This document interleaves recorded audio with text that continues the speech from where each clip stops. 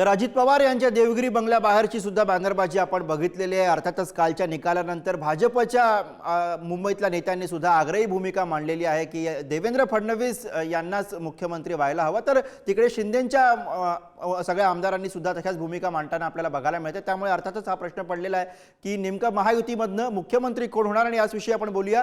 प्रतिनिधी पंकज दळवी सध्या आपल्या सोबत आहेत। पंकज, एकूणच मुख्यमंत्री कोण होणार हा आता सध्या महाराष्ट्राला पडलेला प्रश्न आहे, ज्याचं ठोस उत्तर सध्या तरी काही हाती लागत नाही। पंकज,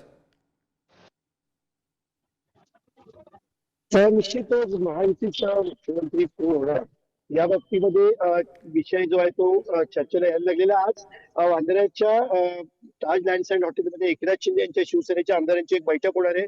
अचानक ही बैठक ठरलेली आहे। साधारणतः 29 आमदार ते 30 आमदार या बैठकीला आता पोहोचण्याचं समजतंय। काही वेळामध्ये एकनाथ शिंदे स्वतः तिथे पोहोचतील आणि त्यांना मार्गदर्शन देतील। या बैठकीत कदाचित त्यांच्या पक्षाचा गटनेता म्हणून एकनाथ शिंदे यांची निवड होण्याची शक्यता आहे। अजित पवारांकडे निवड केलेली आहे, मात्र मुख्यमंत्री कोण याच्याविषयी जो आहे तो प्रश्नचिन्ह उपस्थित आहे। कारण एकनाथ शिंदे यांच्या शिवसेनेपेक्षा 2.5 पट जागा ज्या आहेत त्या भाजपाला मिळालेल्या आहेत। त्यामुळे युतीतला जो धर्म असतो, ते नियम असतो, त्याच्यानुसार ज्याच्या जागा जास्त त्याचा मुख्यमंत्री हा नियम आहे। त्या अनुषंगाने तयारी जी आहे ती सुरू आहे। भाजप आग्रही आहे। काही ठिकाणांना बातम्या येत आहेत की एकनाथ शिंदे यांनी 2.5 वर्षाची मागणी केलेली आहे, पण मात्र याची अजून कुठली अधिकृत मागणी झालेली नाहीये। त्यामुळे आजचा दिवस आणि उद्याचा दिवस हा पूर्णपणे मुख्यमंत्री पदाच्या चर्चेसाठी असेल।